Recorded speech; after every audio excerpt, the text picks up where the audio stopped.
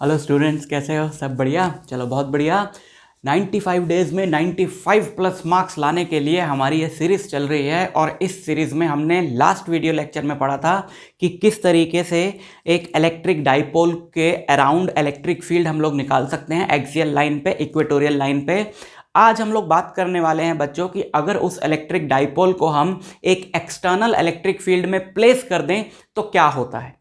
ठीक है, तो यही हमारा टॉपिक है, डाइपोल इन एक्सटर्नल इलेक्ट्रिक फील्ड, जिसके अंदर दो बहुत इंपॉर्टेंट डेरिवेशंस हैं। पहला ये कि जब एक डाइपोल को एक्सटर्नल इलेक्ट्रिक फील्ड में प्लेस करते हैं तो उस पर एक्ट करता है टॉर्क, और दूसरा ये कि डाइपोल को एक्सटर्नल इलेक्ट्रिक फील्ड में रोटेट करने के लिए हमें जो वर्क करना पड़ता है बच्चों, वो वर्क उस डाइपोल में स्टोर हो जाता है इन the form of electric potential energy. ठीक है, तो इन्हीं सब चीज़ों की बात होगी आज के लेक्चर में। तो शुरू करते हैं। मान लो ये एक एक्सटर्नल इलेक्ट्रिक फील्ड है। देखो, एक तो डाइपोल की अपनी इलेक्ट्रिक फील्ड होगी, है ना। डाइपोल में पॉजिटिव और नेगेटिव चार्जेस हैं, तो उन पॉजिटिव और नेगेटिव चार्जेस की वजह से डाइपोल के अराउंड अपनी एक इलेक्ट्रिक फील्ड होगी जिसको बोलते हैं डाइपोल फील्ड। उस डाइपोल फील्ड की वैल्यू कैसे फाइंड करनी है वो हम लोग ऑलरेडी देख चुके हैं। अब हम लोग बात करते हैं कि अगर उस डाइपोल को हमने एक एक्सटर्नल इलेक्ट्रिक फील्ड में प्लेस कर दिया। भाई डाइपोल की अपनी भी फील्ड है, बहुत बढ़िया, लेकिन अभी उसको भूल जाओ। अभी हमने क्या किया, एक एक्सटर्नल इलेक्ट्रिक फील्ड में प्लेस कर दिया, यानी कि डाइपोल को ऐसी इलेक्ट्रिक फील्ड में प्लेस कर दिया जो उसकी नहीं है, वो किसी और सोर्स की बनाई हुई। ठीक है, तो ये रही इलेक्ट्रिक फील्ड।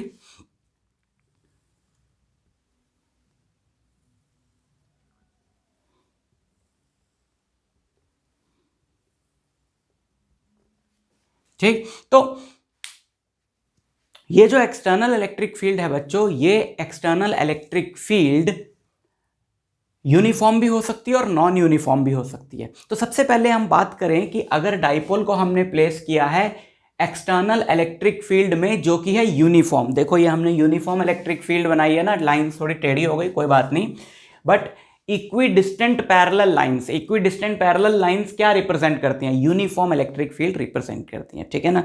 इस यूनिफॉर्म इलेक्ट्रिक फील्ड में हमने प्लेस कर दिया हमारा इलेक्ट्रिक डाइपोल, ये रहा।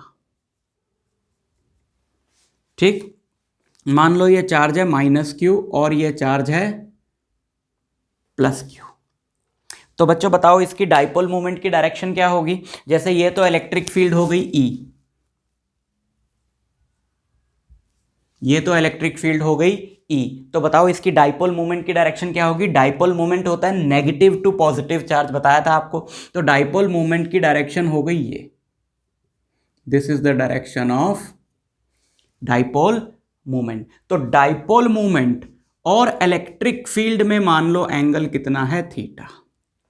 डाइपोल मोमेंट और इलेक्ट्रिक फील्ड में बच्चे क्या करते हैं, वो डाइपोल और इलेक्ट्रिक फील्ड में एंगल बताते हैं। जैसे वो ध्यान नहीं रखते इस बात का कि पॉजिटिव कौन सा नेगेटिव कौन सा, बस ऐसे बनाया तो ये एंगल थीटा है। नहीं बच्चों, एंगल होता है दो वेक्टर क्वांटिटीज के बीच में। तो अगर आप बता रहे हो किसी भी डेरिवेशन में, ना सिर्फ इस डेरिवेशन में, आप किसी भी डेरिवेशन में बता रहे हो कि ये है जी एंगल, तो आपको वो एंगल हमेशा बताना पड़ेगा दो वेक्टर क्वांटिटीज के बीच में।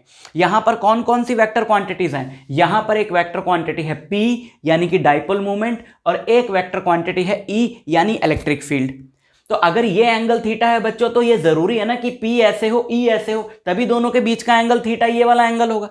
आप सोचो, आपने इसको -Q बना दिया, इसको +Q बना दिया, इसको ये -Q है +Q है, तो P इस तरफ होगा और E आप इधर ही बनाते हो। तो यही गलती करते हैं बच्चे, इस एंगल को थीटा मार्क कर लेते हैं। नहीं, फिर वो थीटा एंगल किसके बीच में हुआ? फिर वो तो एंगल हुआ P अगर इस तरफ है तो -P और E के बीच में।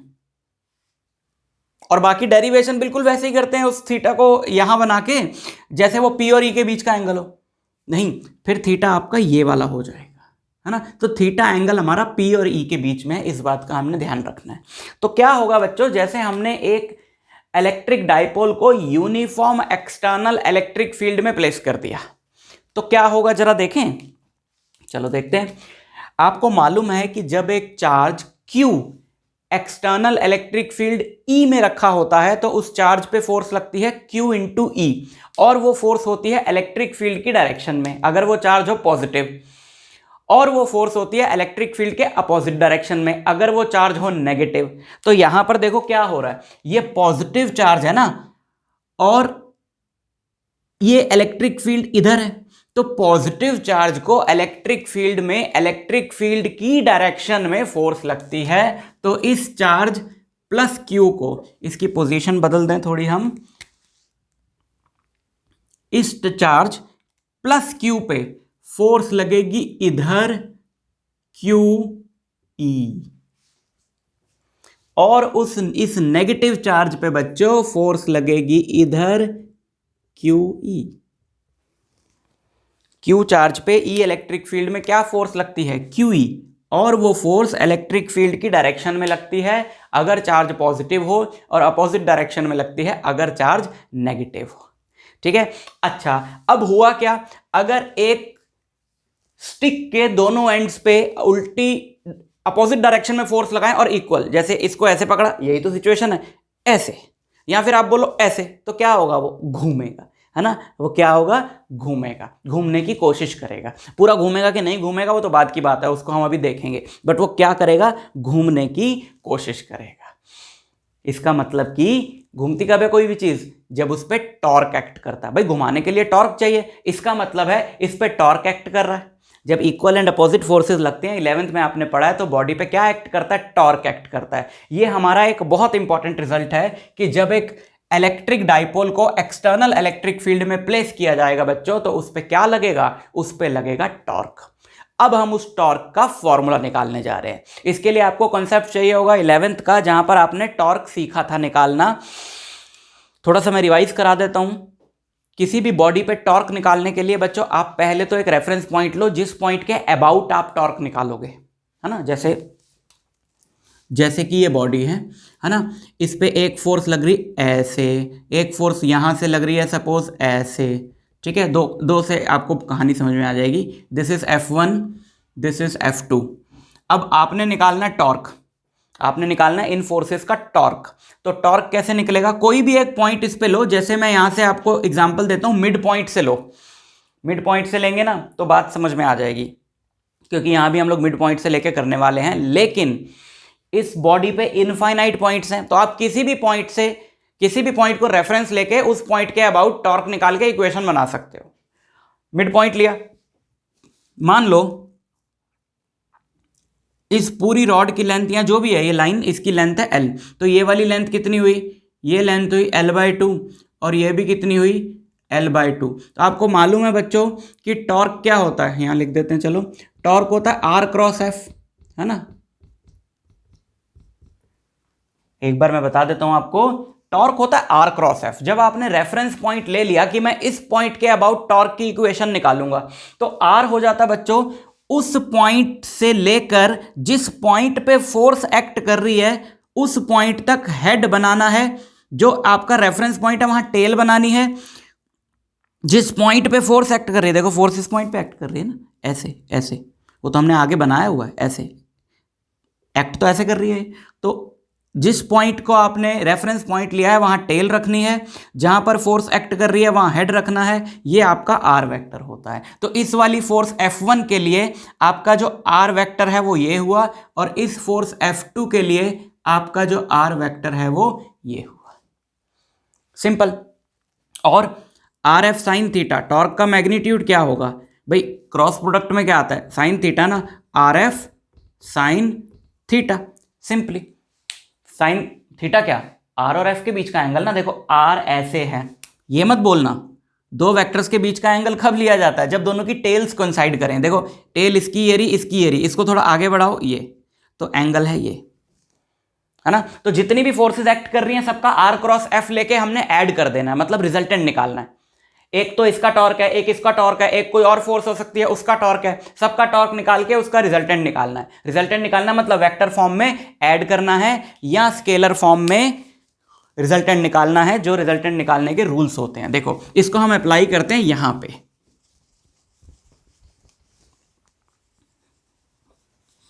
इस फंडे को हम अप्लाई करके आपको सिखाते हैं यहां पे। ये रेफरेंस पॉइंट हमने ले लिया मिड पॉइंट, ठीक। और आप जानते हो कि डाइपोल की जो लेंथ है वो हम क्या लेते आ रहे हैं, डाइपोल की लेंथ हम लोग लेते आ रहे हैं 2a, है ना। तो ये लेंथ कितनी है 2a, यानी कि ये जो मिड पॉइंट है इसकी लेंथ क्या हो गई a, और ये एंगल है थीटा।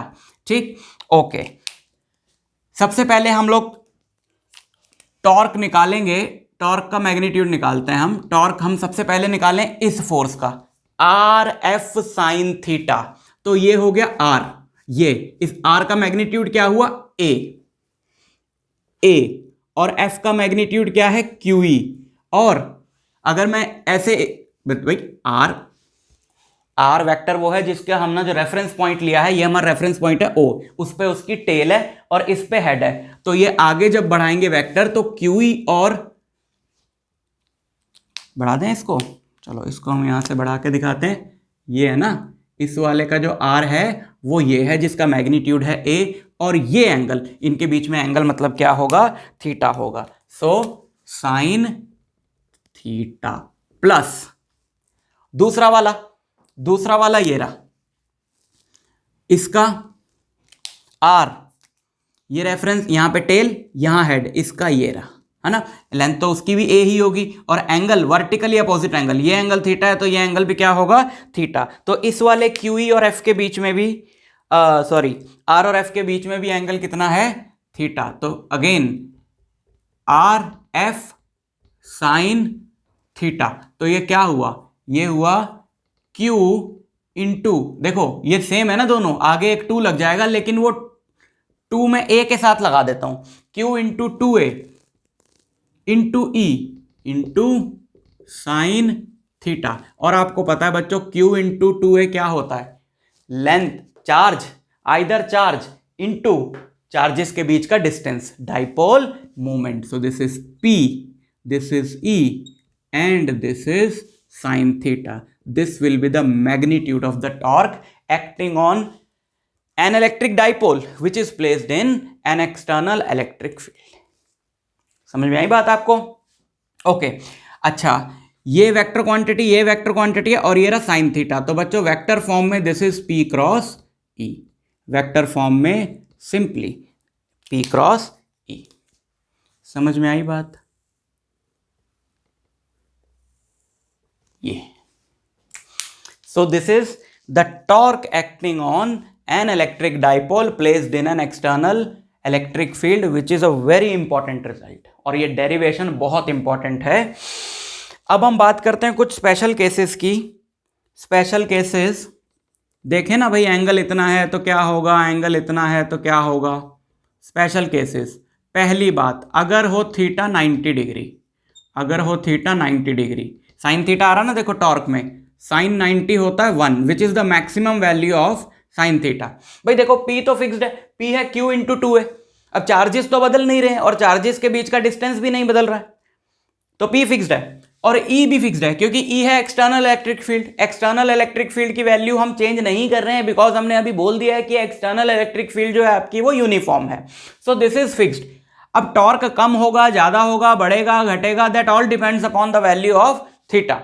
सो साइन थीटा, तो साइन थीटा की मैक्सिमम वैल्यू होती है 1 व्हेन थीटा इज 90 डिग्री। इसका मतलब है टॉर्क तब होगा मैक्सिमम, और उस मैक्सिमम टॉर्क की वैल्यू कितनी होगी, इसको 1 रख दो, P इंटू ई। समझ में आई बात? Second case, second case is very important. यहां से हमको कुछ आगे की कहानी समझ में आएगी। अगर थीटा हो 0 डिग्री, साइन 0 होता है बच्चों 0। अब यही 0 हो गया तो पूरा टॉर्क क्या हो जाएगा, 0। इसका मतलब है जब साइन थीटा हो, जब थीटा हो 0 डिग्री, अब थीटा एंगल किस किस के बीच में है, थीटा है एंगल डाइपोल मोमेंट और इलेक्ट्रिक फील्ड के बीच में। अब डाइपोल मोमेंट और इलेक्ट्रिक फील्ड के बीच का जो एंगल होगा जब वो 0 डिग्री होगा तो कैसा दिखेगा, देखो सीन कैसा होगा। ये हो गई आपकी एक्सटर्नल इलेक्ट्रिक फील्ड, ये हो गया आपका डाइपोल, और ये एंगल किसके बीच में है, ये एंगल है P और E के बीच में, है ना। तो P किधर होगा, E तो इधर है, तो P भी इधर ही होना चाहिए, तभी तो एंगल दोनों के बीच में 0 डिग्री बैठेगा। और वो तभी पॉसिबल है जब ये -Q हो और ये प्लस क्यू हो, बिकॉज डाइपोल मोमेंट की डायरेक्शन होती है negative charge to positive charge. तो ये हो गया आपका P। अच्छा, तब टॉर्क आएगा 0, बिकॉज टॉर्क 0 क्यों आएगा, देखो जरा, इस पे फोर्स लगेगी इलेक्ट्रिक फील्ड की डायरेक्शन में इधर QE, और इस पे इलेक्ट्रिक फील्ड की डायरेक्शन में फोर्स लगेगी इधर QE। इनका टॉर्क कैसे बनेगा, टॉर्क भाई मतलब आप ये सोचो कि आप इस बॉडी को इधर से भी खींच रहे हो पकड़ के, इधर से भी खींच रहे हो, तो ये घूमेगी, नहीं घूमेगी, मतलब नहीं घूम रही, तो मतलब टॉर्क 0 है। जहां तक फोर्स की बात है बच्चों, एक चीज बहुत इंपॉर्टेंट यहां पे नोट करने वाली है, जहां तक फोर्स की बात है तो नेट फोर्स तो हमेशा 0 है, कंडीशन की उसमें बात ही नहीं हो रही। अगर ध्यान से सुनना, अगर एक्सटर्नल फील्ड यूनिफॉर्म है, नॉन यूनिफॉर्म फील्ड की बात होगी अभी, अगर एक्सटर्नल फील्ड यूनिफॉर्म है तो फोर्स नहीं लगेगी डाइपोल पे। क्यों, क्योंकि एक्सटर्नल फील्ड अगर यूनिफॉर्म है, यूनिफॉर्म का मतलब है यहां भी E, यहां भी E, यहां भी E, यहां भी E, तो एक Q कहीं पर भी हो, दूसरा Q कहीं पर भी हो, हमेशा दोनों पे फोर्स QE लगेगी, क्योंकि इलेक्ट्रिक फील्ड हर जगह E है भाई, चार्ज तो दोनों का QE है, इलेक्ट्रिक फील्ड हर जगह E है, तो दोनों पे फोर्स QE लगेगी और हमेशा अपोजिट डायरेक्शन में लग रही है, तो नेट फोर्स हमेशा क्या होगी 0। अगर वो घूम भी रहा है या ऑसिलेट कर रहा है, अभी क्या कर रहा है देखेंगे, लेकिन अपनी जगह पर ही करेगा, आगे पीछे नहीं जाएगा। समझ में आई बात। सो ये हमारी जो कंडीशन है ना बच्चों, ये वाली कंडीशन यहां पर मैंने बना दी, this condition is called, this is the condition of stable equilibrium.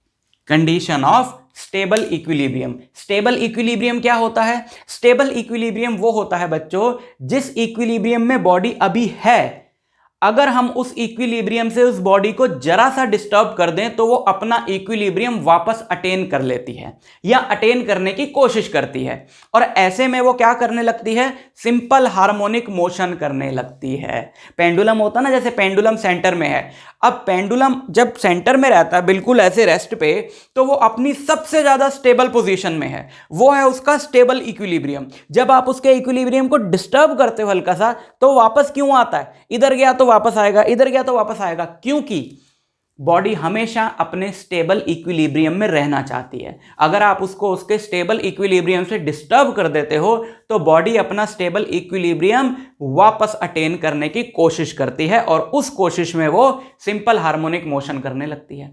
यहां पर भी कुछ ऐसा ही होगा, यहां पर क्या है, ये स्टेबल इक्विलिब्रियम में है, ठीक है। अब मान लो आपने इसको हल्का सा डिस्टर्ब कर दिया, मतलब इसको हल्का सा ऐसे पुश किया, हमेशा हल्का सा पुश करने पर ही बच्चों SHM होता है। अब मान लो उठा के मैंने इसको ऐसे कर दिया, ये तो फील्ड से बाहर निकल जाएगा, फिर क्या आएगा SHM। पेंडुलम को आपने पकड़ के ऐसे किया, वो पता नहीं कहाँ जाएगा, स्ट्रिंग उसकी टूट जाएगी, है ना।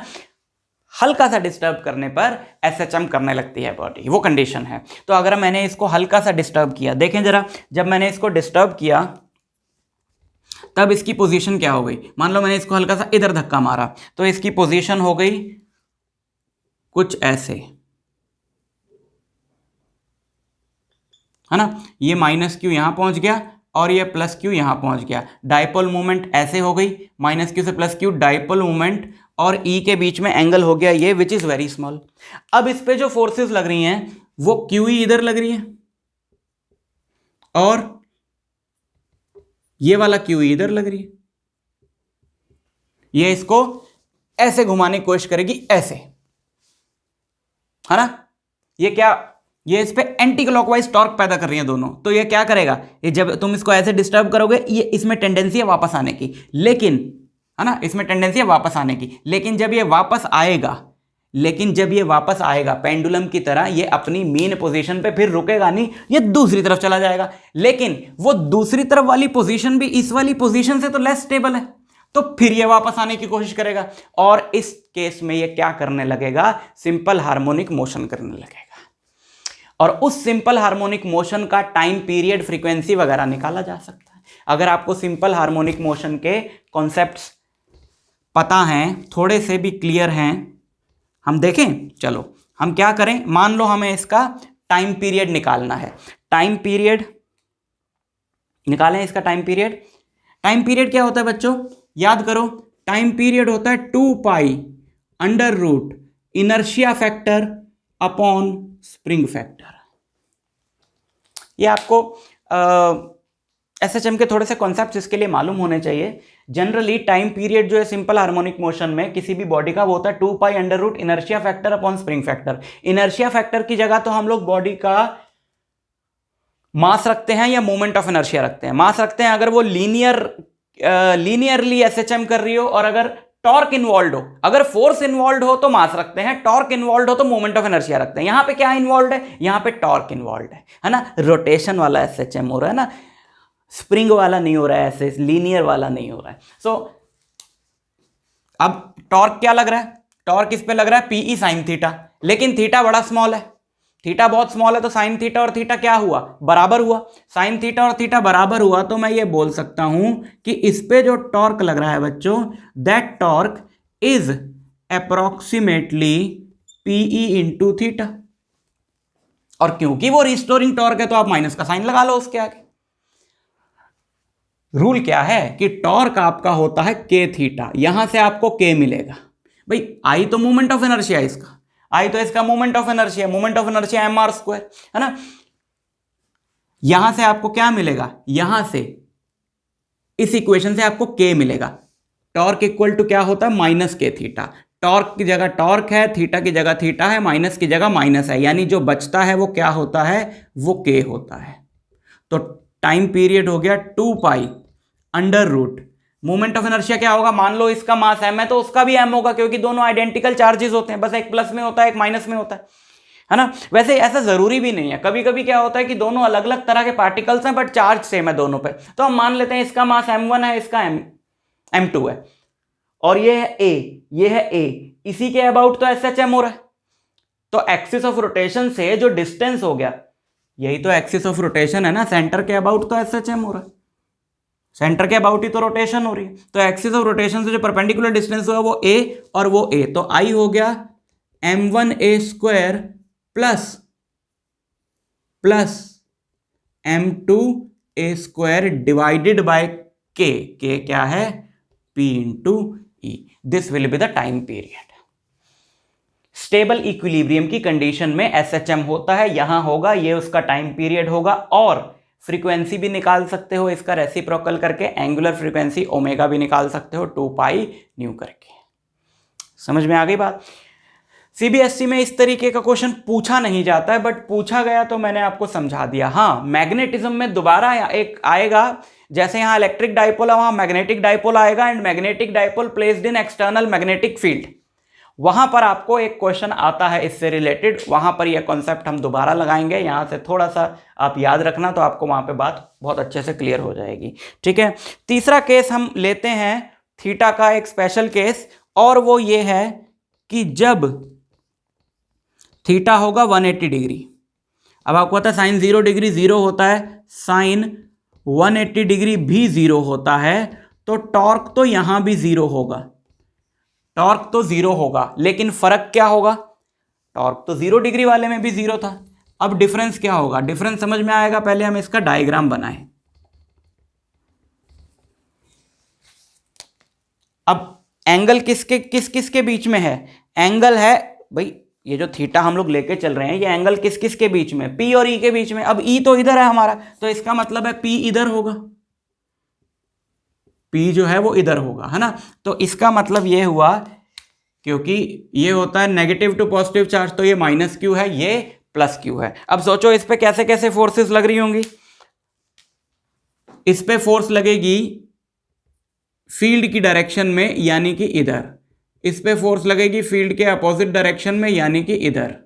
इसका तो कोई काम नहीं है ना। तो नेट फोर्स क्या हो गई, 0, वो तो होनी है, लेकिन टॉर्क भी 0 है। But this is the condition of unstable equilibrium. अब इसको भी मैं समझाता हूं। अनस्टेबल इक्विलिब्रियम क्या होता है बच्चों, अनस्टेबल इक्विलिब्रियम में बॉडी इक्विलिब्रियम में होती है, लेकिन अगर उसका वो इक्विलिब्रियम डिस्टर्ब कर दो तो वो वापस उस इक्विलिब्रियम को ना ही तो अटेन करती है, ना अटेन करने की कोशिश करती है। कैसे, देखो इसको भी थोड़ा सा हम डिस्टर्ब करें, यहां से इसको हम डिस्टर्ब करें थोड़ा सा हल्का सा, जैसे अभी हमने पीछे डायग्राम बनाया था।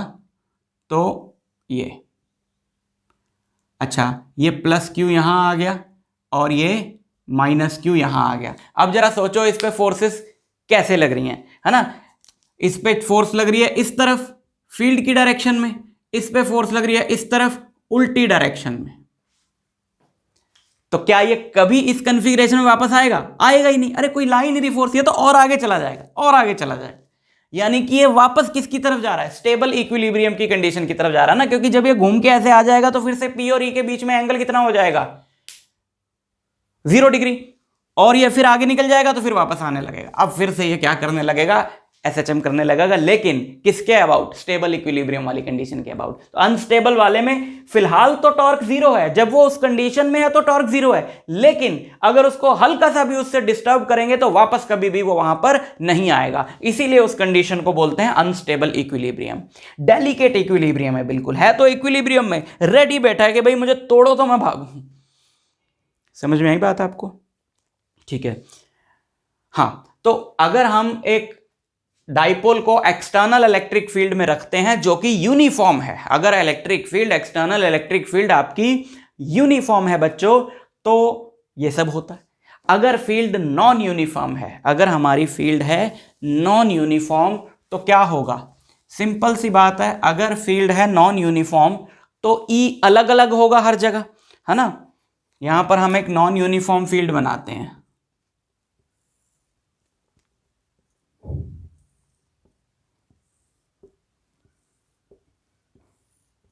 देखो ये नॉन यूनिफॉर्म फील्ड है, यहां पर फील्ड लाइंस की डेंसिटी ज्यादा है, यहां फील्ड स्ट्रांग होगी, यहां थोड़ी पास है, यहां इससे थोड़ी वीक होगी, यहां पे और दूर हो गई और वीक होगी। अब इस फील्ड में हमारा एक इलेक्ट्रिक डाइपोल पड़ा है ऐसे ऐसे, वही थीटा एंगल पे। लेकिन एंगल से क्या होता है? यहां पर ये माइनस क्यू है, ये प्लस क्यू है, इस पे फोर्स लगेगी क्यू ई 1, इस पे फोर्स लगेगी इधर क्यू ई 2, है ना। क्योंकि यहां पर फील्ड कुछ और है, यहां कुछ और है। तो यहां पे मान लो फील्ड E1 है तो यहां पे इस पे फोर्स लगेगी QE1, यहां पे फील्ड E2 है तो यहां पे इस पे फोर्स लगेगी QE2। बराबर नहीं लगेगी, बराबर नहीं लगेगी तो नेट फोर्स जो है वो, नॉन यूनिफॉर्म इलेक्ट्रिक फील्ड की बात कर रहा हूं बच्चों, 0 नहीं होगी। इनफैक्ट नेट फोर्स होगी कितनी? हमें पता है Q तो सेम है, लेकिन ये वाली फील्ड ज्यादा स्ट्रांग है ना, क्योंकि ये पास पास है ना, ये वाली फील्ड ज्यादा स्ट्रांग है। तो QE2 minus QE1, Q common आ गया, E2 माइनस E1, यानी इस तरफ होगी ना नेट फोर्स, क्योंकि ये वाली बड़ी है जो इस तरफ है, तो ये भाई साहब इधर आएंगे। टॉर्क तो लग ही रहा है, ऐसा नहीं है कि टॉर्क नहीं लग रहा, टॉर्क तो लग ही रहा है ना। टॉर्क तो आप अभी भी उसी तरीके से निकालो, बस जैसे यहां पर हमने लिखा था ये प्लस ये, तो इसका डबल हो गया था, डबल नहीं होगा, यहां E1 है यहां E2 है, ऐड हो जाएगा।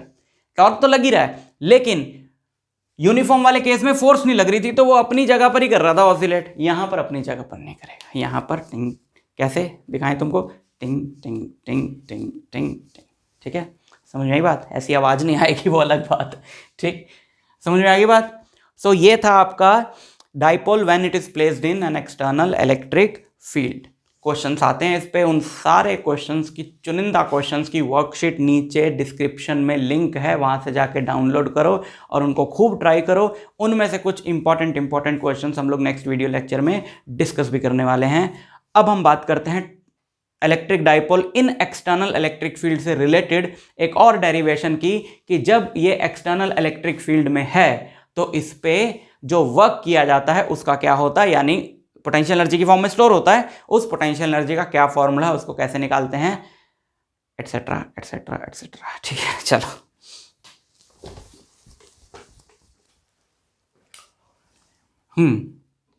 Potential energy of dipole in external electric field.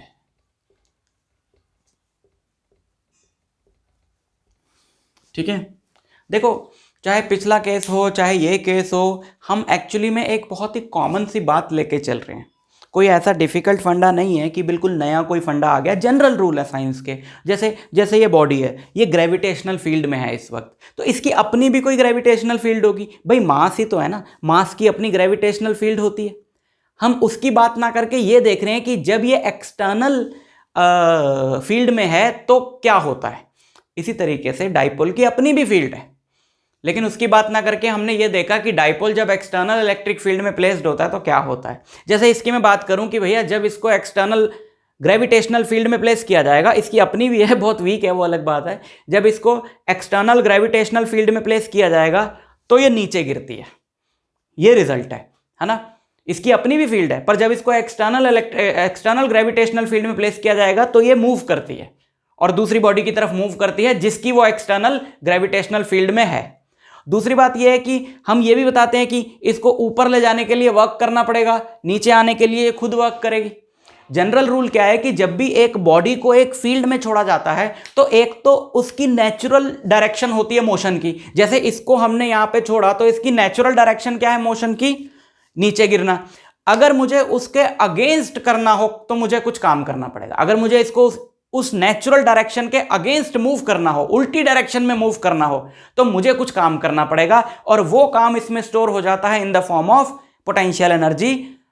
फिर जब इसको छोड़ा जाता है तो ये उस पोटेंशियल एनर्जी को काइनेटिक एनर्जी में बदल लेती है। ये हर जगह चलता है ना। जैसे ये इसकी natural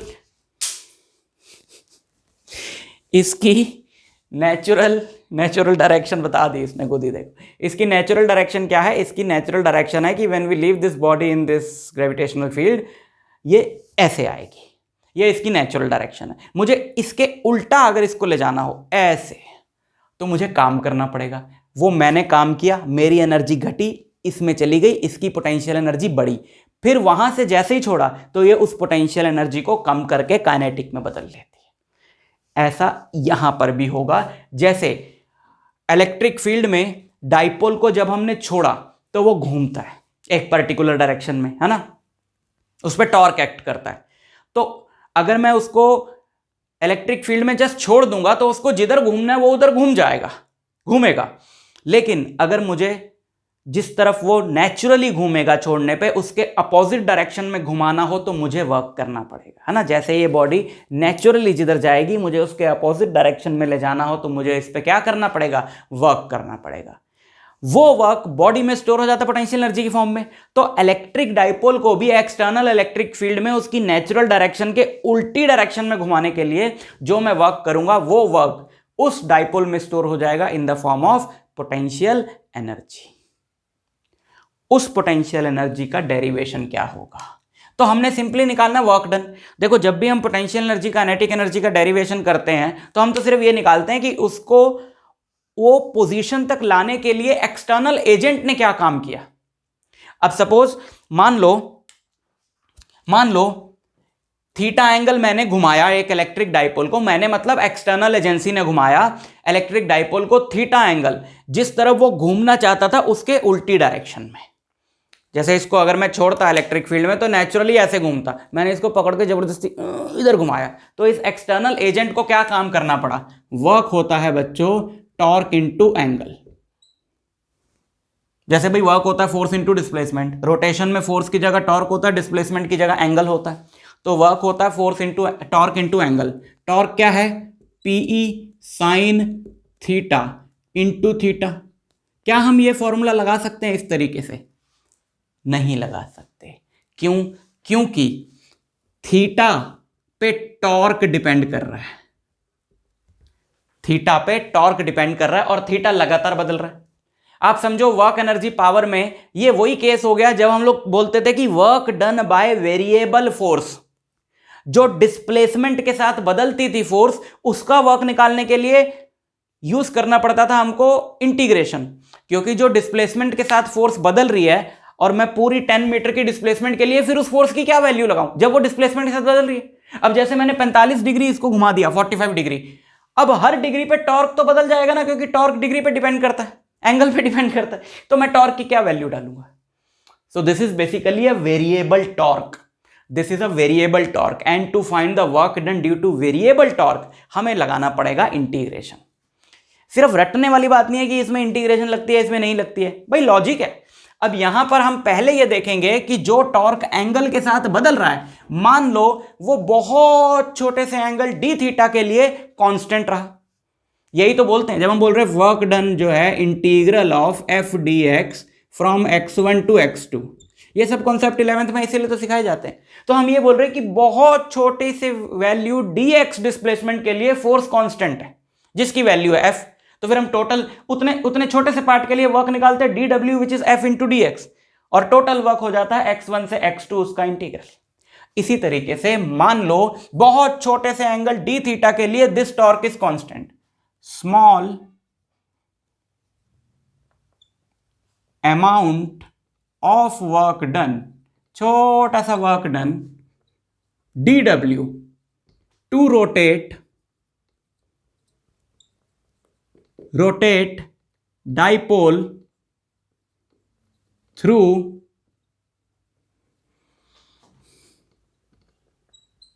small angle d theta. D theta angle rotate करने के लिए dw वर्क कितना करना पड़ेगा, torque into d theta. Torque into theta लगाने के बजाय torque into d theta. Torque क्या है, p e sine theta d theta, ठीक है। मान लो उसे हमने रोटेट किया है θ1 से θ2 एंगल, जैसे यहां पे x1 से x2 डिस्प्लेसमेंट हम लोग लेकर गए थे। देयरफॉर टोटल वर्क डन, ये सब मैं लिख रहा हूं क्योंकि ये बेसिकली सीबीएसई के कोर्स की क्लास चल रही है पूरी, तो वहां पे तो आपको ये डेरिवेशन करनी होगी, है ना। डेरिवेशन के पॉइंट ऑफ व्यू से हम इसको सीख रहे हैं, तो डेरिवेशन में स्टेप्स बहुत जरूरी होते हैं, ये सब ये लैंग्वेज, ये वर्ड्स बहुत जरूरी होते हैं। Total work done in rotating the dipole from theta equal to θ1 to theta equal to θ2, इसका इंटीग्रल यानी w, दिस इज θ1 से θ2 PE sign theta d theta, ठीक है। सो पी और ई तो कॉन्स्टेंट्स हैं, बाहर आ गए। साइन थीटा का इंटीग्रल होता है बच्चों माइनस कॉस थीटा इंटीग्रेशन θ1 से θ2, upper limit minus lower limit, minus बाहर आ गया, minus PE cos θ2 minus cos θ1। इतना वर्क हमें करना पड़ा उस डाइपोल को θ1 से θ2 रोटेट करने के लिए, and this work is stored. भाई यही वर्क तो है, जब मैं इस बॉडी को ऊपर लेके जाता हूं तो इस पे मैंने जितना काम किया इसको ऊपर ले जाने के लिए, वही काम तो इसमें पोटेंशियल एनर्जी की फॉर्म में स्टोर हो गया। So this work is stored, ये लाइन भी आपको लिखनी है, वो आप लिख लेना। This work is stored in the dipole in the form of potential energy. So इसको हम W की बजाय U लिखें। पोटेंशियल एनर्जी का, इलेक्ट्रिक पोटेंशियल एनर्जी का सिंबल हम लोग क्या लेने वाले हैं बच्चों, U। तो θ1 से θ2 रोटेट करने के लिए ये एनर्जी, ये वर्क करना पड़ेगा, ये उसमें एनर्जी की फॉर्म में स्टोर हो जाएगा। जैसे आपने इसको पकड़ के यहां ले आए, अब जैसे ही छोड़ते हैं, जैसे इसको मैंने एनर्जी देके छोड़ा तो इसने अपनी पोटेंशियल एनर्जी को किसमें बदल लिया, काइनेटिक एनर्जी में। अब जैसे आपने इसको उल्टा छोड़ा, छोड़ते ही ड्र, ये भी अपनी पोटेंशियल एनर्जी को किस में बदल लेगा, काइनेटिक एनर्जी में। समझ में आई बात। तो इस फॉर्मूले का ना एक स्पेशल केस आपको बताते हैं। मान लो अगर θ1 जो है वो 90 डिग्री है, मतलब सबसे ज्यादा टॉर्क कब एक्ट करता है डाइपोल पे, जब वो परपेंडिकुलरली प्लेस्ड होता है इलेक्ट्रिक फील्ड में। तो मान लो इनिशियल कंडीशन ऐसी ही है, सबसे ज्यादा टॉर्क जब एक्ट करेगा कि सबसे ज्यादा रेडी है फील्ड उसको घुमाने के लिए, सबसे ज्यादा वर्क भी आपको तभी करना पड़ेगा उल्टी डायरेक्शन में घुमाने के लिए। तो मान लो θ1 जो है वो 90 डिग्री है और 90 डिग्री से घुमा के आप उसको किसी एंगल थीटा पर लाए हो, तो बताओ उसमें कितनी पोटेंशियल एनर्जी स्टोर्ड होगी। यहां आपको कितना वर्क करना पड़ेगा, minus p e cos theta two minus cos theta one which is 90 degree, cos 90 होता है 0, माइनस पीई cos थीटा, है ना ये। और क्योंकि ये है स्केलर क्वांटिटी, ये दोनों वेक्टर्स हैं और cos थीटा लगा है, तो मतलब ये है इन दोनों का डॉट प्रोडक्ट, तो इसको आप ये लिखो। तो अगर आपको ये फॉर्मूला या ये इस फॉर्म में फॉर्मूला मिले बुक्स में, तो ये फॉर्मूला स्पेशल केस के लिए है जब इनिशियल एंगल 90 डिग्री है और दूसरा वाला जो है वो थीटा एंगल। जनरल फॉर्मूला कि किसी भी एक एंगल से किसी भी दूसरे एंगल पर ले जाने के लिए कितना वर्क होता है ये।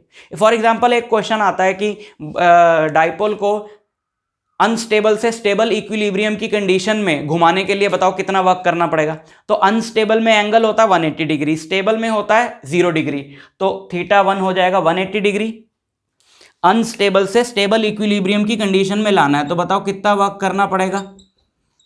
स्टेबल इक्विलिब्रियम में लाना है, जिसमें लाना है वो थीटा 2 है, तो थीटा 2 है 0, cos 0 होता है 1, माइनस पहले था अनस्टेबल की कंडीशन में, अनस्टेबल की कंडीशन में थीटा कितना था 180, cos 180 होता है -1, सो -1 कितना वर्क करना पड़ा -2 पीई। इस तरीके से जनरल फॉर्मूला ये है जिसमें दो एंगल्स थी, ये स्पेशल केस है उसका, इसको वेक्टर फॉर्म में लिख दिया गया है। समझ में आई बात। तो टॉर्क जब आपका डाइपोल एक्सटर्नल इलेक्ट्रिक फील्ड में प्लेस करते हैं तो उससे रिलेटेड ये कॉन्सेप्ट्स हैं और ये दो बहुत इंपॉर्टेंट डेरिवेशंस हैं, इनको अच्छे से प्रिपेयर करो। इनसे रिलेटेड जो भी सीबीएसई के पॉइंट ऑफ व्यू से इंपॉर्टेंट क्वेश्चंस हैं जो उसमें आए हैं उसकी पूरी वर्कशीट नीचे लिंक में आपको मिलेगी, उसको सॉल्व करो और उसमें से चुनिंदा क्वेश्चंस हम लोग नेक्स्ट वीडियो लेक्चर में डिस्कस करने वाले हैं, जो मुझे लगता है अपने एक्सपीरियंस से कि बच्चों के डाउट हो सकते हैं। ठीक है, तो रेडी रहना बिल्कुल, 95 प्लस से कम कुछ नहीं चाहिए, आपकी पूरी हेल्प की जा रही है, आपकी तरफ से पूरा सपोर्ट चाहिए। आप अच्छे से ऑनेस्टली वीडियो लेक्चर्स देखो और वर्कशीट्स को प्रैक्टिस करो। नोट्स भी उस लिंक में है, वर्कशीट भी है, सारा मटेरियल जो आपको चाहिए उसमें है। जोश के साथ रहना है, जोश कम नहीं होने देना है। अभी पहला चैप्टर चल रहा है, बहुत लंबी आगे कहानी बाकी है, लेकिन मैं आपके साथ हूं, उसको हम बहुत अच्छे से नदी को पार करेंगे चाहे कितने भी खतरे आए। ठीक है, तो आपसे मिलता हूं मैं नेक्स्ट वीडियो लेक्चर में इसके अगले टॉपिक के साथ।